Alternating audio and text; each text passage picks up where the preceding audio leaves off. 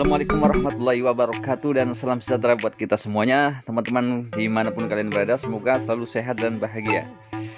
Pada kesempatan kali ini saya akan berbagi informasi dengan teman-teman semuanya tentang BPJS Ketenagakerjaan tahap 5 ya, yang sudah cair.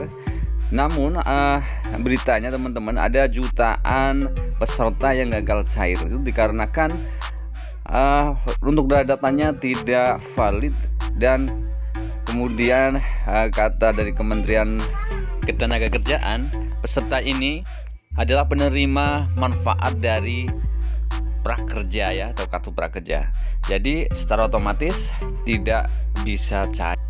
Dan kabarnya kuota tersebut akan dialihkan kepada para pekerja honorer ya.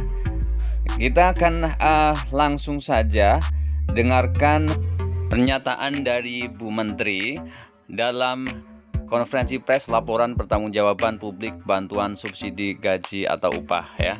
Langsung saja teman-teman, kita ke Ibu Menteri. Assalamualaikum warahmatullahi wabarakatuh. Waalaikumsalam warahmatullahi wabarakatuh. Terima kasih kepada Ibu Menteri.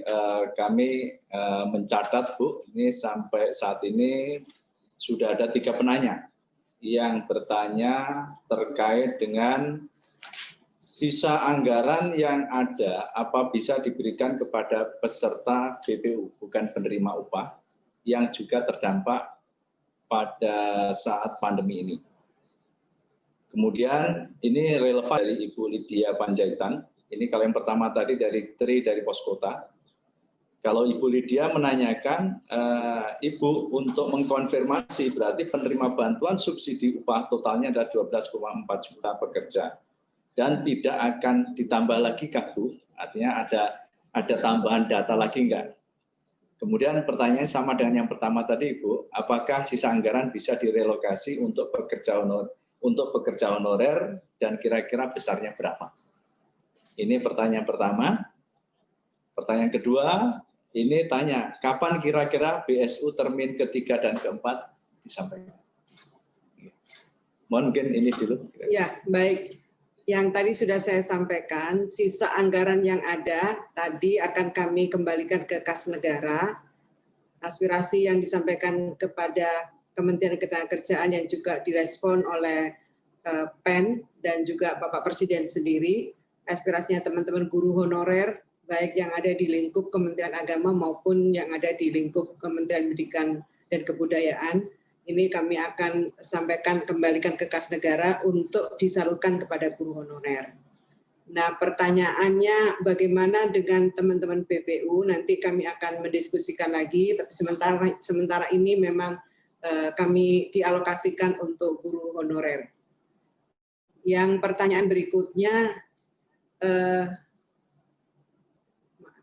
pertanyaan kapan? Apakah sudah ada rencana BSU termin 3, 4, dan 5?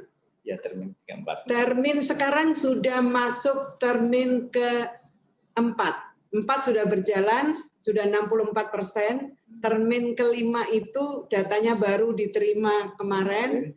Kami butuh untuk melakukan checklist 4 hari kerja. Kalau dihitung dari sekarang, ini hari Kamis, Jumat, Senin, Selasa. Jadi Selasa itu adalah waktu terakhir kami untuk melakukan checklist. Setelah checklist selesai, sebagaimana tahap-tahap berikut, tahap-tahap sebelumnya, kami akan serahkan ke kas negara. Dari kas negara akan ditransfer ke bank penyalur langsung ke rekeningnya teman-teman pekerja. Jadi mohon maaf nih, pertanyaannya kan kita sudah realisasi tahap 4 dan akan pada tahap yang kelima. Terima kasih Bu Menteri. Ada masih 2 pertanyaan Ibu. Yang ya ini dari Sindo, dari Mas atau Mbak ini, Bayi Haki. Sisa anggaran yang kira-kira berapa, Bu? Nah ini. Kemudian yang kira-kira berapa, Bu? Nah ini. Kemudian yang kedua, ini dari CNN Indonesia, Mbak Dinda Audrey. Ibu mau memastikan juga total dana yang akan dikembalikan ke kas negara berapa dan kira-kira kapan dana itu akan dikembalikan.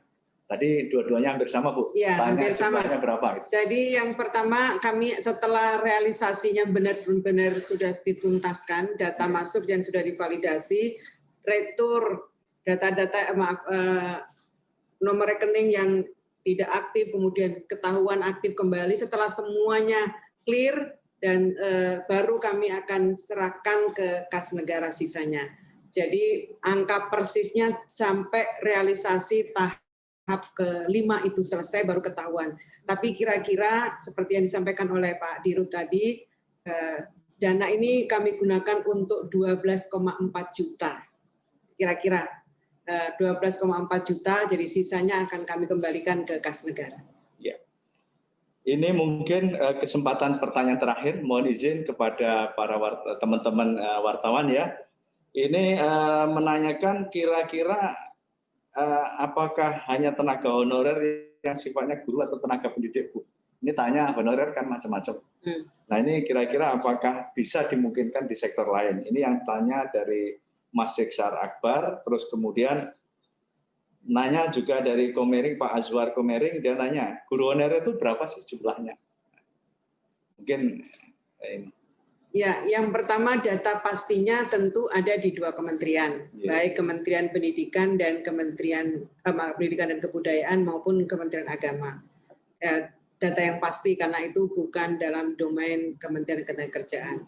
Sementara kami mendengar ada 1,6 juta, tapi saya kira angka yang pasti tentu bukan domain kami untuk lebih detail menjawabnya. Memang sementara ini sisa anggaran dari yang ada di Kementerian Ketenagakerjaan ini sementara dialokasikan untuk guru honorer. Kami tentu akan membicarakan lebih lanjut dengan teman-teman yang ada di PEN.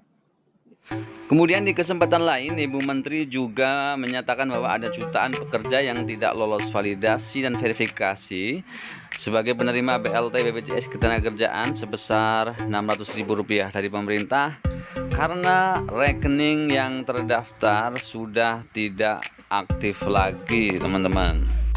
Dan sebagian lagi pekerja yang gagal cair dana BLT BPJS-nya itu karena adalah penerima manfaat daripada kartu prakerja. Baik teman-teman, kiranya cukup sekian untuk informasi kali ini. Semoga bermanfaat. Jangan lupa like, komen, dan subscribe. Kemudian tekan tanda loncengnya untuk selalu mendapatkan informasi terbaru dari kami.